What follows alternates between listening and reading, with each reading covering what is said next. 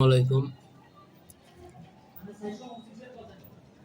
অশান্তি সৃষ্টি হচ্ছে দিন দিন, নিরাপত্তার অভাব দেখা দিচ্ছে, উচ্ছৃঙ্খল দিন দিন বেড়েই চলছে।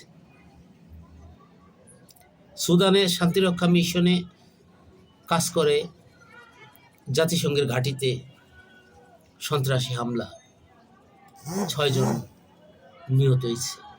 এই যে একটা অশান্তি, শান্তি রক্ষার জন্য কাজ করতে গেছে জাতিসংঘ, ইউনাইটেড নেশন, সেইখানে অশান্তি।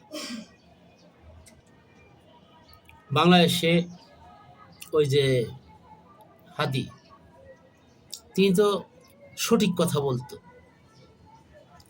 সঠিক কথা বলতে যায় তার এই অবস্থা। তাহলে এই অস্থিরতাই চলতে থাকবে, এর কোনো নিরসন নাই।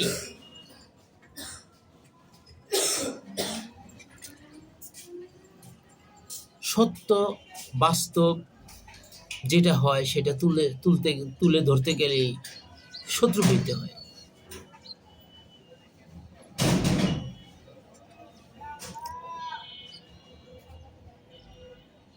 এটার খুব তীব্র নিন্দা জানাই আমি, বিশেষ করে জাতিসংঘের শান্তিরক্ষা মিশন সুদানে যেই ঘাঁটি, সেই ঘাঁটিতে সন্ত্রাসী হামলার, এটা